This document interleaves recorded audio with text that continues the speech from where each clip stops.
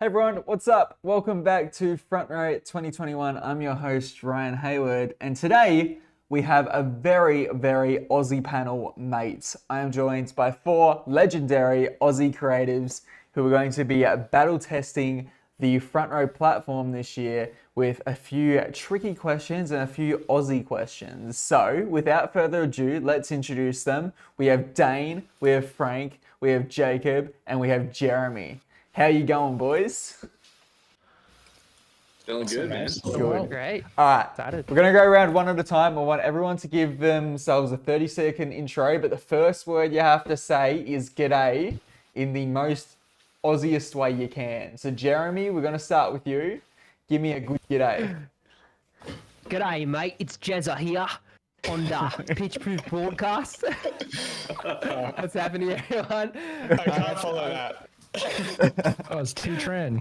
I'm an Aussie, so yeah, man. My name's Jeremy. I'm from Sydney, Australia, and yeah, I'm a brand identity designer. I love design, love creativity. I'm also a content creator. I have a YouTube channel, and I also teach beginners graphic design over on Skillshare. And yeah, that's a little bit about me. I'm married, and I'm 27. Happy to be here. Thanks for having me on, Ryan, and looking forward to answering some questions today. Of course, buddy. Jacob, would you like to give a quick g'day? Hey, mate. I'm Jacob from Jacob Cass Are you from sure? Australia.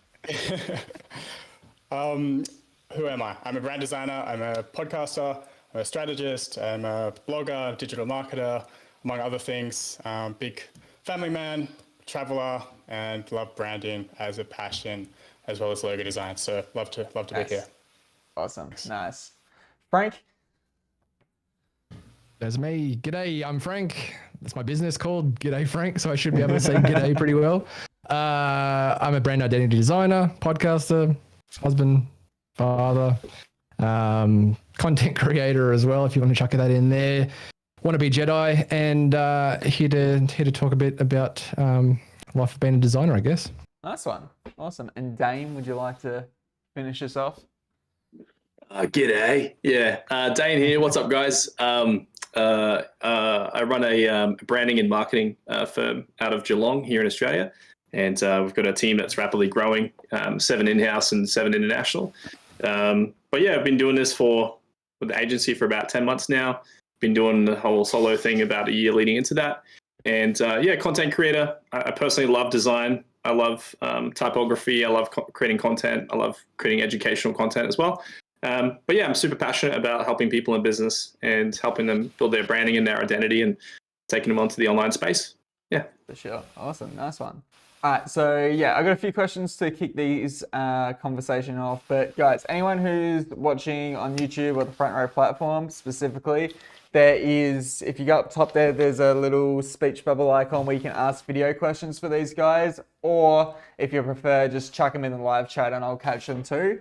So yeah, make sure you ask your questions because we've got about an hour here, 45 minutes to an hour. So let's get into it. Question number one, where I want to start this kind of panel today, is looking at being an entrepreneur versus being a designer. Now, obviously all you guys run your own business. So you're both battling being some sort of designer as well as being some sort of creative head. So the first question I want to ask you guys is, which one would you define yourself as more? Is it an entrepreneur or is it a designer? Dane, kick us off on this one. Yeah, great question. I've been designing a long time, since I was 13. It's a passion of mine. It's something I love doing. But I guess I'm transitioning to a place now where I'm running a company and training staff, and most of my time, 80 to 90% of my time is spent leading the team, curating their work and talking directly to customers. So yeah, I'd say right now my focus is primarily the entrepreneurship, business development side of things. Yeah. Awesome. Frank? Yeah, I'd say probably the opposite, just a designer, wannabe entrepreneur, I guess.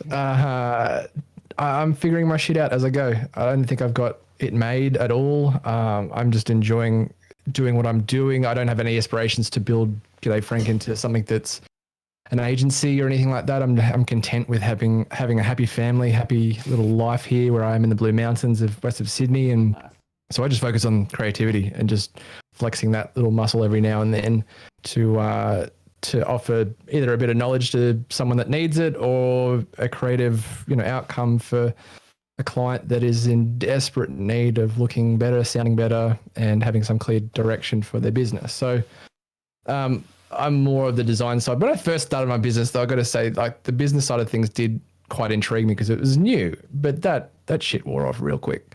So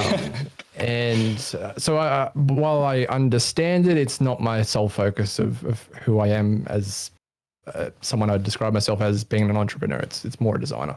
Could you see yourself going back to work for someone else, like if the right opportunity came, or do you like the I'd probably say if I was desperate, that would probably be how it happens. Yeah, for sure. But if you had the choice. If I had the choice, I'd stick doing what I'm doing now. It'll evolve over time, and that opinion might change. Who knows? If someone walks up to me and says, "Hey, do you want to work at this brand?" and I'm like, "That might be interesting," then maybe, yeah, sure. But at the moment, not so much. Gotcha. Awesome. Nice. Jacob? I'm always a designer at heart. So I studied design, and I will always call myself a designer, but, I think there's many different facets of what a designer means, and I also consider myself, an entrepreneur in some ways as well. So at the end of the day, they're all titles, and we do many different things, even if we're doing just design, I think Frank had a great post on this the other day, about all the things we actually do, and then we dwindle it down to, one title, but it doesn't really mean anything. So, I have many different arms of my business, and, part of it is design. Other parts have nothing to do with design. So unless you just talk about the niche of design. Yeah, in some ways, yes, some ways, no. Interesting answer. Nice one. Jeremy? Yeah, I'd say both. At the core of everything, like, I believe in creativity, and I believe I'm creative in nature. So I've always geared towards design. So I do call myself a designer, but I remember I had a call once on Instagram Live, and Sun Yi was like, Jeremy's more of a entrepreneur. And I actually agree with that, because I've started evolving into, over the years using many hats. So, running a business, doing courses, selling different things, working with clients, freelancing. There's so many aspects that you have to deal with that it involves, a deeper thinking mindset, a business mindset, a belief mindset. And I believe that I'm more, utilizing those things. And for me, it's all about, as whatever you're doing, as long as you make as much impact. And I like what, Frank said, it's like just utilizing creativity. If you can be creative, run a business, then, that's amazing, and having that freedom. So, yeah. Yeah, no, 100% get it. I think for me, yeah, it's like, I think I'm more of an entrepreneur than a designer, but I don't think that I could be an entrepreneur without design. Does that make sense? Does that resonate with anyone? 100%. Nice. Awesome. Sweet. Quick reminder, guys. Anyone's got any questions, feel free to chuck them in chat. There's a couple coming in already. But yeah, what I want to lead this conversation onto now, and there's going to be different levels of experience here, is delegating, right? So we're talking about running your own sort of creative business, right? Now we'll get to a stage where you need to delegate things, whether that be because there's too much or you don't know what the F you're doing, right?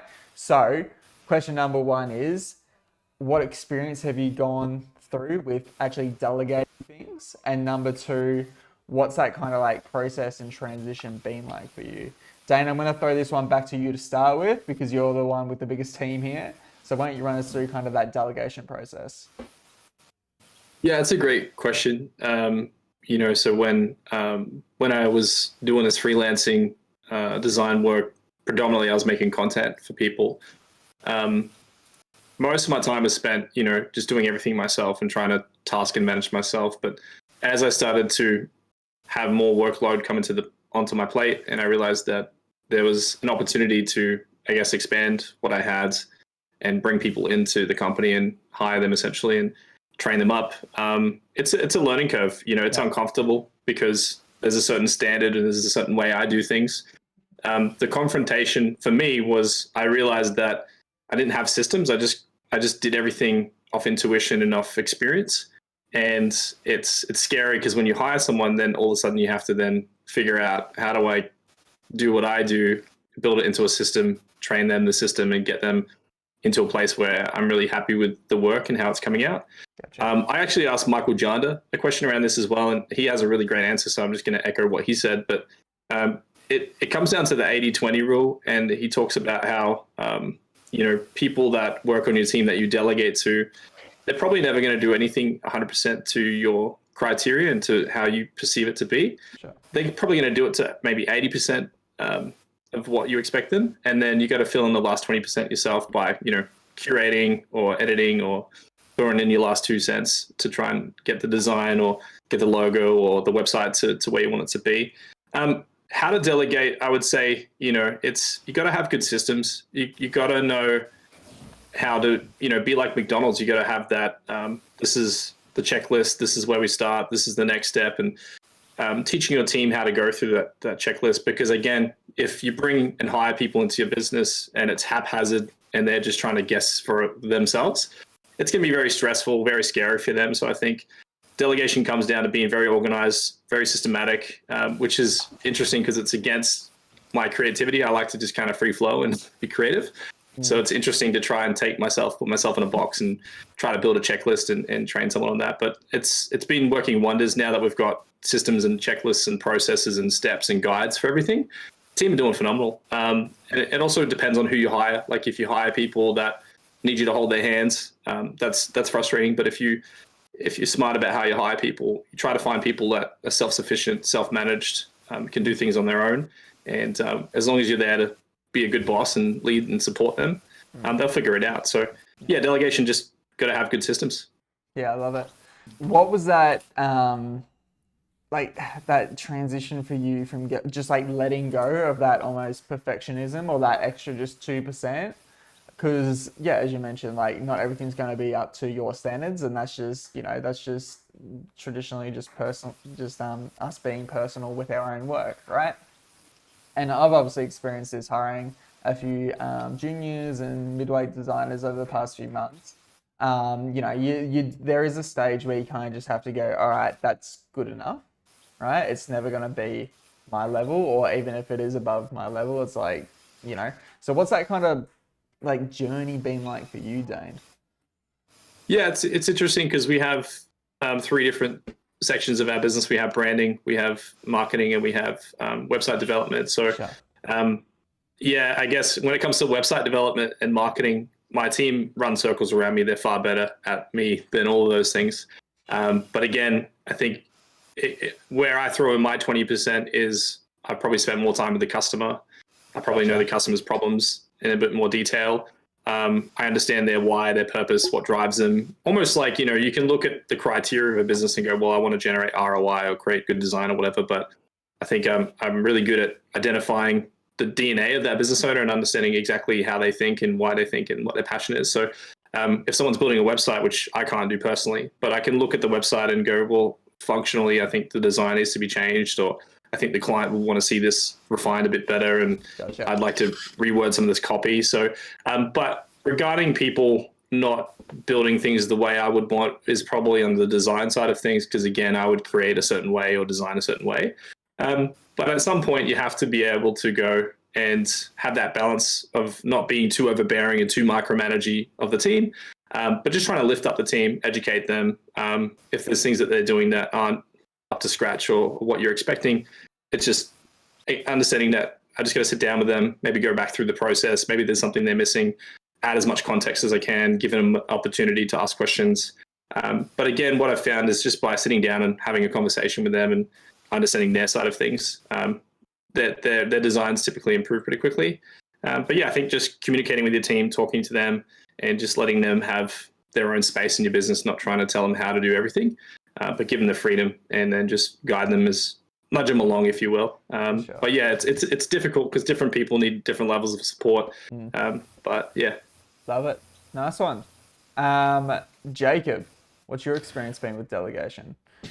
Yeah, so I held out for probably a decade, and I was flying solo for a decade. But about 2 years ago, I started outsourcing and delegating for different tasks of the business, and mainly it was to do with hiring writers, hiring editors, hiring video and podcast editors as well as a VA. So past 2 years, I've had, I don't know, probably about 6 or 7 different hires, as well as my wife and my sister-in-law. They also help with some editing and back-end stuff of my site. So that's my experience when it comes to delegating. What I found was that you can't always find the perfect person in the beginning. You have to train them up to the skill that you're looking for. So for an example, the writers that I hire, they may not necessarily know how to, the H1 tags or the H2 tags or the code behind, certain blog posts or how to format it. But it's very easy to teach over time. So they get to learn, and then you can teach them the next skill. Like, let's say how to add a tracking code in a blog post, for example. And you just add a skill here, and they get better and better. And sooner enough, they become autonomous, and that's when your investment has paid off. The training comes into play. So you get more work back, more time back into your schedule, which means you can grow your business in other ways. So that's been super powerful in terms of growing the business, and just doing the things I didn't really like doing. Like, I didn't like video editing, I didn't like podcast editing. I just want to have a chat and then send the rest off. So the system that I created around podcasting was, I have a video call. I put the file into a folder, and then the editor edits the videos, they do the snippets, and then I have a VA that uploads it to YouTube and the social channels as well. So it's pretty much all automated, and it saves me a ton of time while having a podcast be put out there. So that's what I found pretty useful for some of my back-end systems. Gotcha. When you made that jump after such a long time to delegate and outsource, was there just a weight lifted off your shoulder? Like, what was that? What did that do for you personally? Yeah, it is a huge weight. And you realize once you're there, you're like, how did I spend so much time doing this before? Yeah. And it is like, okay, I should have done this way earlier.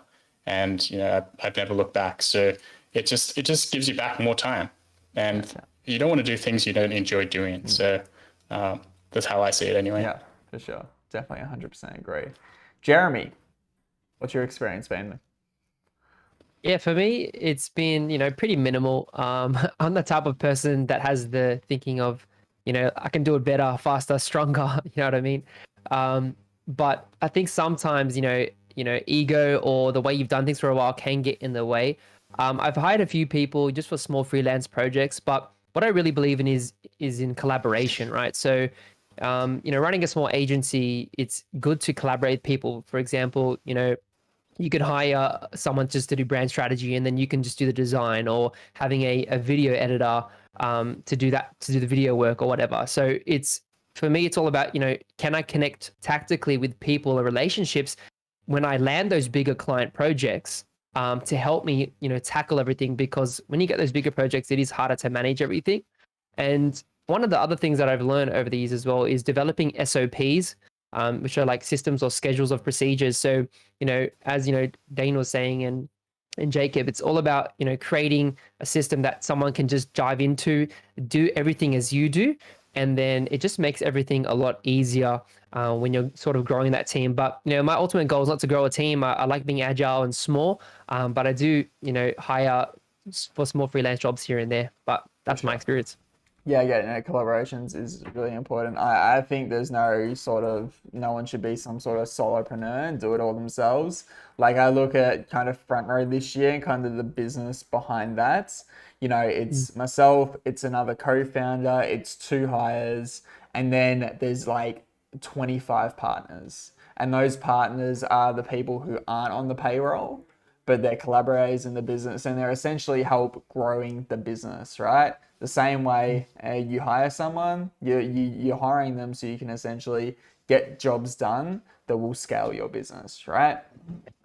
So, our speakers, you guys are technically part of the business, right? You're helping that business grow. You're a collaborator in the business. Our sponsors are collaborators. The people who pay us money, they're in some way a collaborator to this business. So I look at Front Row and Pitchproof and what we're doing, and I go, hey, we're just not a 1-person team or a 4-person team. We're actually like a 25-person team, because there's multiple collaborators like working essentially in the business. Awesome. Nice. Frank.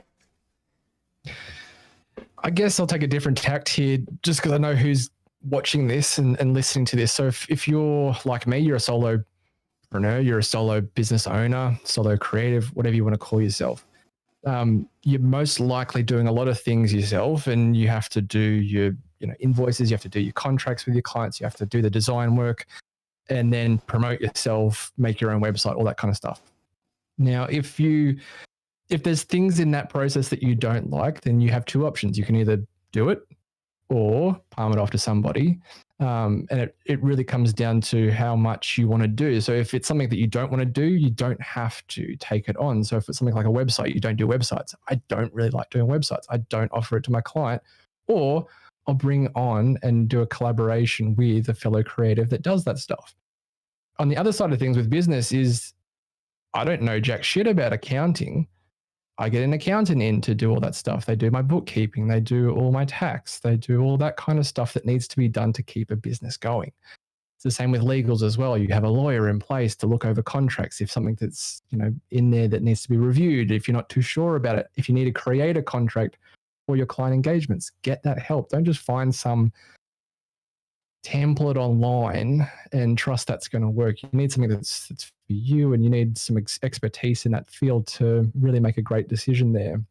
And they're the things that you can't just do yourself, because they're most likely the things you don't want to do. If you need a VA and things like that, if your day is just that chaotic, then you have all these options there, but you can also live within those means of what you want and what your capacity is. If you don't have the money to employ these kind of people to bring them on, then understand what that scope is and limit yourself that way. And if it just means, okay, I'm only a logo designer, I'm only going to design logos like someone like Made by James. If you're like him and that's all you want to do, then do that, then charge accordingly.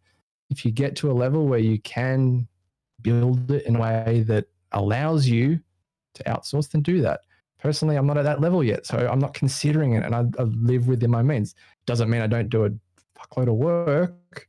I make 3 different podcasts. I write articles. I make content on Instagram and LinkedIn. I connect with a whole shitload of people while doing client work at the same time, and 2 kids and a family to sustain. So it's achievable. You'll be amazed what your capacity is when it comes to it, and it all comes down to what you love doing. So if you love it, do it. If you don't, then don't do those things you don't want to, and delegate it if you have the means to.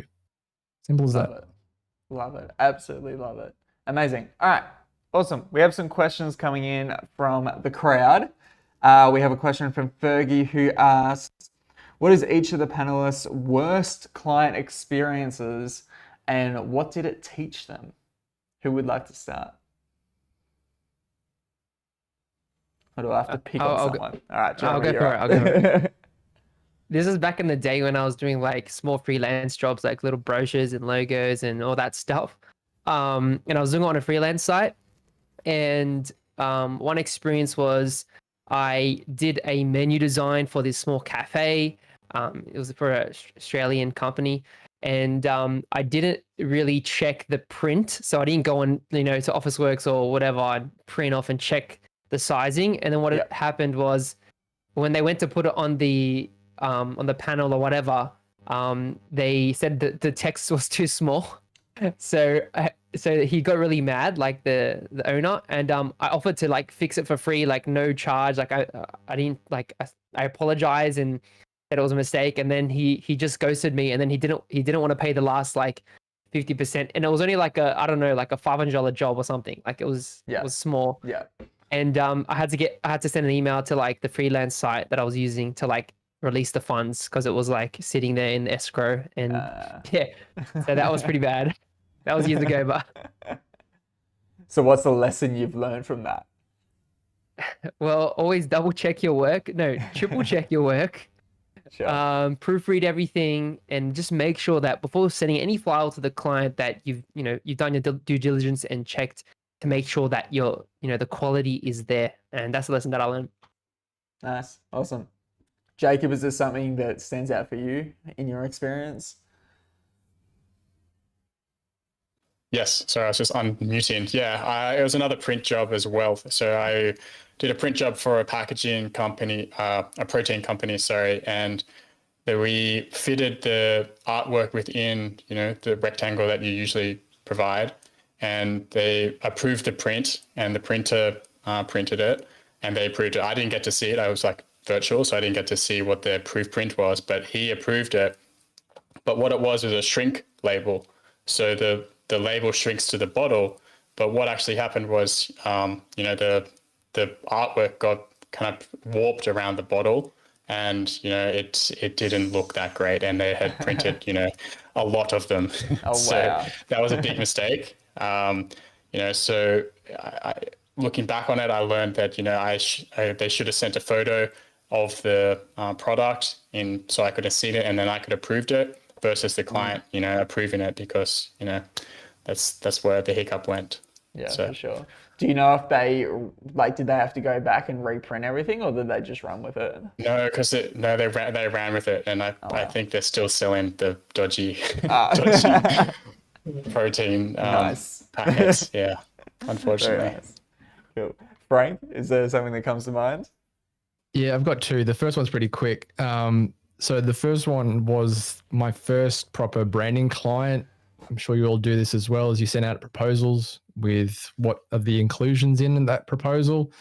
I made the very bad choice of line item pricing each of the deliverable bits in it. So the client went through and just ticked off, no, we don't need that, don't need that, don't need that. And I was like, okay, cool. One of them was a style guide. And I was like, okay, well, that's fine. That's less work for me to do. 6 months later, the head of marketing comes back and said, hey, Frank, was there ever a style guide made for this? And I was like, nah, your boss took it off the list. So that was the first one. So the learning point there is don't itemize each sort of deliverable. Do it as a fixed kind of price for all the inclusions. Yep. Very simple one, but that was a very early one. The second one was a little bit harsher. Had a local guy that I've worked with on 2 occasions for some branding, and with locals or family or friends, I severely discount my rate, which is now something I've definitely learnt from. And so I'm very much reconsidering doing this. But discounted the rate without advising them that it was a discounted rate. So what happens when you do offer that discounted rate and then they come back to you for more work and your prices increase? The increase is quite significant over time when it's a more of a minimal amount. Anyway, so this client came back to me after increasing a price. It's only $1,000 more, but the increase was, I don't know, 50% or something like that. So it was quite a significant increase for them. And they were like, what the fuck? And for me, I was like, look, I have to level with you here. What I haven't told you is that I have discounted you heavily. This is my actual price for this stuff. Probably should have told you this. It might sound like a total, lie. Who knows? You can take me on face value on that. But he decided not to work with me again because he thought I was rorting him. Oh, wow. And I was like, you're getting the deal of the century, my man, but that's okay. That's how you feel. Yeah. That's fine. So that's my learning opportunity there is if you're going to discount at all, either don't do it, or if you're going to do it, advise them of such so that when push comes to shove and you can't, unfortunately, offer that discount again, that they're aware of what your price actually should be. Gotcha. Nice. Awesome one. Dane, any trouble in agency lands? Always. Yeah, always. I got 2 and I'll try and be quick on them. The first one was there was a client I had and she liked the carousels I was making on my Instagram page. She approached me to make content similar to what I make for myself for her brand. And for some reason, a few days after the purchase, the client said out of the blue, I want a refund. And I said, sure, like what's the reason? And they said, I'm going to make the content myself and, I'm going to change, they were concerned that their brand would look like my brand. They didn't realize I was going to brand it to their identity. So again, just miscommunicating at the start kind of created that problem. But I had the amazing solution of saying, well, I do other things, like what else are you needing? She said, I need a website. So I transferred, I guess, the credit from that project over to the website project. And which is interesting because a few red flags came up from the client, but I was just trying to, keep the cash flow flowing in. Anyways, long story short, the client, because again, they didn't come to me for that product. They weren't valuing it as much. So when we were going through the processes of building their website and setting everything up, they kept just complaining and making things difficult and rebuttaling on different things. And it felt like they didn't want the website. And then towards the end of the project, we're about 80-90% through. They just said, I just want a refund. And I said, we can't, because unfortunately we've already developed the site. It's about to go live. Good thing is, we were able to get the website in a place where they were happy and they're excited and they launched their site. But again, I just learned that just keeping strong communication from the start and perhaps not manipulating clients into something they don't necessarily want creates a lot of difficulty with that particular client. The second one was, when it came to a pitch, it's a bit different. This person didn't come on board, but this a friend of ours and someone who did work with me, similar to what you were just saying there, Regan, about the client that we worked with had a discount, and we did branding for them at a really cheap rate because we wanted the case study and it was a brilliant company. Anyways, long story short, they referred me to one of their friends, and their friends run quite a large company. So I drove out there and spent half a day with them, kind of going through their branding and getting everything ready and preparing everything without having previously talked about their budget. So I spent a lot of time invested with that person, and when we gave them their quote, it was tenfold what I quoted their friends. So they kind of looked at me like, "What the hell? Like, you quoted my friend this much, you're quoting me 10 times as much." And then I was left in a situation where I had to explain, well, you've got 10 times as much work. That's why it's they have a simple startup, you have a 20-year history, and you've got 26 locations, and yeah. So I guess the lesson in that is don't start going down the rabbit hole of preparing and pitching unless you previously talk about the budget. Yeah, for sure. What's that conversation like for everyone when the client comes back and goes, "Hey, that's a little bit too much"? Like, how do you manage that? Do you go on the defensive? Do you drop your price? I'll answer this quickly and then I'll hand it over to the room. But for me, I just go, I understand. That's okay. Like, there's good reason for. I try not to get defensive. I just try to go, that's the price. And I actually create silence. I won't speak, and I kind of put them in a position where they have to start speaking. So it's a bit of sales psychology. But if someone says, "Hey, this is really expensive," I go, "Yeah, it is," and I'll wait. And typically they'll either go, "Well, we can try and make it work," or they say, "Like, I need to think about it." But again, it's like Regan said, it's just I try not to discount my prices at all. And if someone's not valuing what I do, it's okay. I'm happy to walk away from it. Yeah, nice. Anyone else had any experience with that? A lot of experience. It always happens, But the word expensive, you change to valuable. I find, how much value is this going to bring to your company? And there's a lot of discussion about value-based pricing, and it's a bit of an art form, and you can only really improve with it with experience. Talking to different people. But often the price discussion often comes down to not understanding the problem well enough or what they're trying to do. You have to understand the current situation, what they're currently experiencing, and then understand what they're trying to build, where they're trying to go. So what's the gap that you're, trying to get them across? So if you understand, where they are and where they want to go, you can use that as leverage for, creating that value. And that's when that word expensive, goes down, it doesn't get used as much. So I'll leave it as that. Nice. At that. Awesome. Anyone else want to contribute? Yeah, I had this once with a client. It was my first international client, and so it felt pretty momentous for me. And I was like, "Oh, okay, cool, let's do this." And they came back, the CEO, and he said, "Frank, you're a little bit higher than the others that we're speaking to." And I said, "Oh, really? That's amazing." And they said, "Why is it amazing?" I said, "Well, you're still speaking to me, so what's the difference? Like, if you were looking for just cheaper, you wouldn't be calling me back. So, you obviously want to work with me for some particular reason. So I'd like to know what that might be." But I just said, "Look, my price is my price, and I think it's worth it." My clients think the same, hopefully, but from testimonials, it has proven to be the case. But if someone came back to me and never said, "You're too expensive," and then you can put it back on them to have that value conversation with somebody and just sort of ask them, if they've come to you for logo, like, Why do you need a logo at the moment? And if they believe that doing something like this is going to help their business, then that's the reason to invest in something like this. So if they say, I need a logo, and you say, okay, great, but why? And then they say, well, we need to attract more customers. And you say, okay, great, how many customers? They tell you how many customers there are, if it's 20, if it's 40, whatever. You then say, how many customers is that going, like that many customers, what's one customer worth to you? And they say, I don't know, it's $100 or something like that more.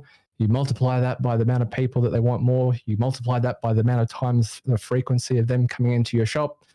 You've got what value that they attribute this is going to do here. So all you have to do is turn around and say, okay, so you want to increase your revenue here, it seems, by $100,000. My price is 10. Is 10% a good, is that a good exchange of value? You're going to get a better return than you would in your bank balance on your interest at the moment. So is that worth it to you or not worth it to you? And if they say, well, you got a guarantee, you say, well, this is what you think it's going to do. No, I didn't say anything that's going to do it this way. And put it back on them. And as Dane said, sit in silence and let them kind of, you break the logic there. Like that's the kind of the point you can make. It doesn't always happen all that often, that kind of conversation though. It's typically like, you're too expensive, sorry, goodbye. Yeah. There's not much you can do about that. And, you might get price shoppers and things like that too. So that's a way of having that kind of conversation. It's kind of verging on value-based pricing. You're not pricing the client. You're just validating your costs there, basically. Nice. That's amazing. Yeah. The power of silence, eh? Yeah. Yeah. It sounds like an easy thing to do, but it's hard when the client's there smiling at you and you just sit there in silence and just make them uncomfortable.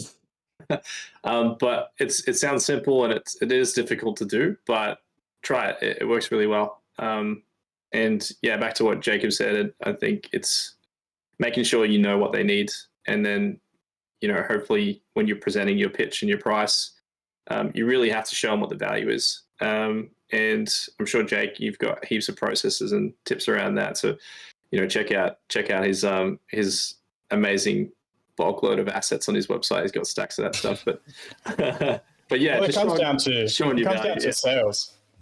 Sorry, can you? I'm not on mute. Okay, good. So yeah, it comes down to the questions you ask. So how do you find that information? How do you dig deeper? And having a cheat sheet of what type of questions to ask is really key. And what Dean was talking about was just a freebie download on our site that has like sales questions that you can refer to when you're trying to get this information. Because this is a problem that I guess early career designers or people that haven't had much experience, they just don't know the soft skills of sales negotiations, and they're not comfortable, they're not confident. So it's because the processes they have aren't there yet, and they don't know what questions to ask. So if you know what questions to ask to understand the root problem of their business or what they're coming to you for, then you have that leverage that we're talking about. And that's when the value is created. And that's when you're going to avoid these sorts of conversations about you being expensive, because you can understand the value that you're going to bring. So.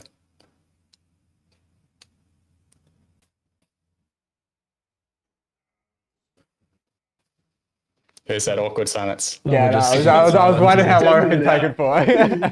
There's a good book on this too. I'll throw a good book out there. I just finished reading it. It's called Ask, and it's by Ryan Levesque. I don't know if I'm saying that right, but amazing book on what questions to ask when talking to a client. Really good resource.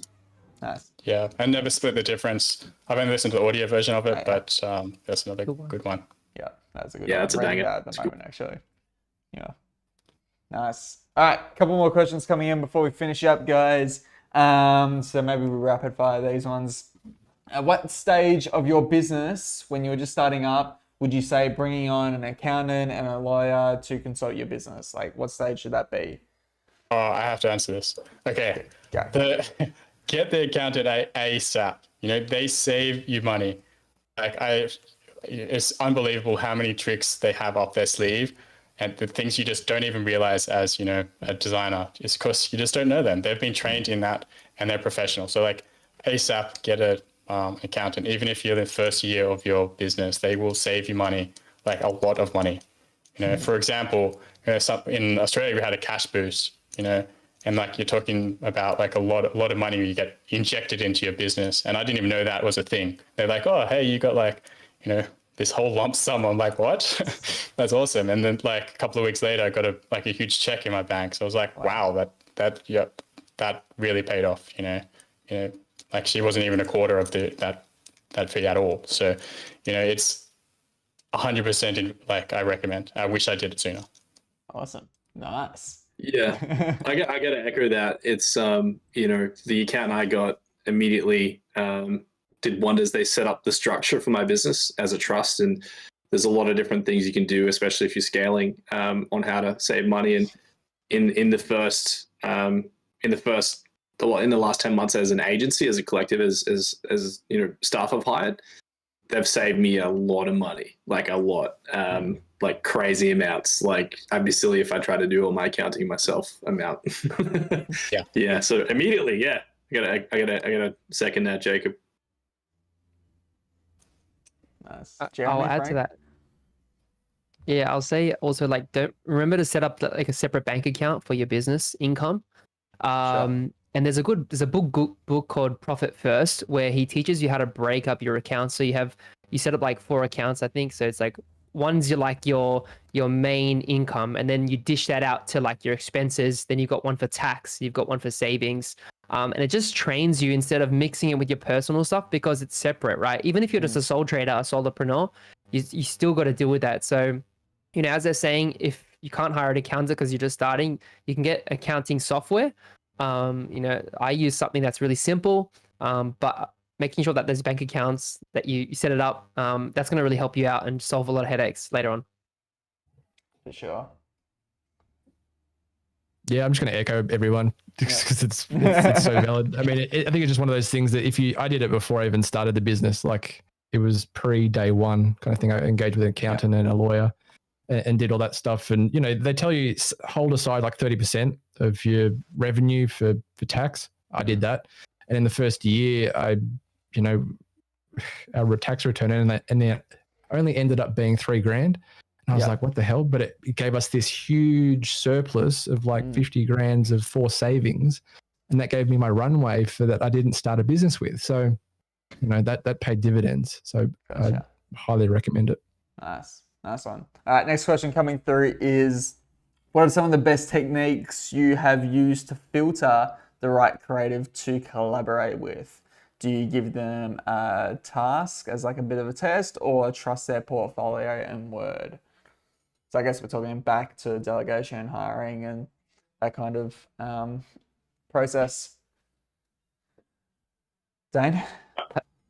Yeah, I'm probably going to hand this one to the room. I've most of the people that do work with me work in-house. So I haven't had great experiences outsourcing yet. Yeah, okay. For me, I'll just add my 2 cents. I've hired a few little freelancers for like small jobs. And one of the things I've done is like done a trial, because it's one thing to see a portfolio or design, but then actually them understanding and interpreting what you're telling them to do is a whole nother thing, right? So can they understand the brief? Can they communicate properly? Are they clear on the objectives, the goals, the look and feel that you want for this, small task? And I feel like that's important. So that's why I feel like sometimes you can do a trial. Some people say, not to do free trials, they should be paid or whatever. But I guess it depends. Like, at least if you're doing a free thing, like you're technically giving them some consulting or mentoring, like in between that process, if it's like a young designer or a junior or whatever. But yeah, I feel like, you can do a trial, and that just like gives you an idea of, can this, like, does that person have a good personality? Do they have a good workflow? Do they understand me? Are we on the same page? And that just helps you select someone a bit easier. But Gotcha. yeah. Nice. Yeah, when I've gone through hiring writers, I've done like not a test, but it was a paid test, I guess. I just got them to do their first article. Sometimes it was poor and I just didn't continue to hire them. Other times it was okay and you just need to, teach them. So as we were kind of saying before, they're not going to be perfect in the beginning, but they can improve over time. And that's where the value is at. So I'll leave it at that. Cool. Follow-up question to that is, So is everyone kind of hiring from potential? Because I know I do that a lot. So I've used different platforms like Upwork, onlinejobs.ph, which is like a Filipino based one. But a tip for when you're hiring is to, when you put out a job, you'll get inundated with responses, is to put some instructions in the copy to make sure that people have read the response, the Gotcha. job listing. Yeah. So for example, I had like put unicorn in the email subject line, and then the ones that had that in the subject line, I knew had read my job description. Okay. So things like that. Nice. Cool. That's genius. I'm doing that. Yeah. Nice. All right, fellas, we might finish up there because they're closing the 4 o'clock. Thank you, fellas, so much for joining us today. Let's go around one at a time and everyone can do a quick goodbye and give your social details so people know where to find you. Dane. Yeah, I'm like, who's going first? Yeah. Just The look me up power on of Instagram, silence. down the bottom corner here, Dane Walker. The website danewalker.com will go live tonight, or rival.com will go live next week. Either way, Nice. you can reach out to me. Nice one. Frank? Yeah, if you go to at G'day Frank on Instagram, I'm not going to bother with you with LinkedIn because that's just harder. Otherwise, g'dayfrank.com, that has all the links there, and you can find me there. Nice one. Jezza?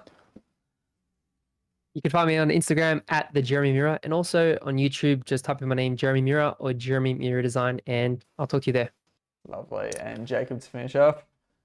Justcreative.com is my website, and we are talking about the sales questionnaire before, or the freebie. If you go on there, you'll get that download as well. So it's Just Creative, and all my handles are Just Creative as well. Awesome. Fantastic. Fellas, thank you so much for joining me today. It's been an absolute blast. And thank you to everyone who attended, asked questions, and engaged in the live chat. Your support always means the most. And if you've taken any photos, selfies throughout this session, any notes or tips you want to share with everyone, make sure to share it on social using the hashtag FrontRow2021 and tag the boys so they can see the madness too. Until then, we'll catch you later. Thanks, mate. Thanks, guys. guys. Good on ya.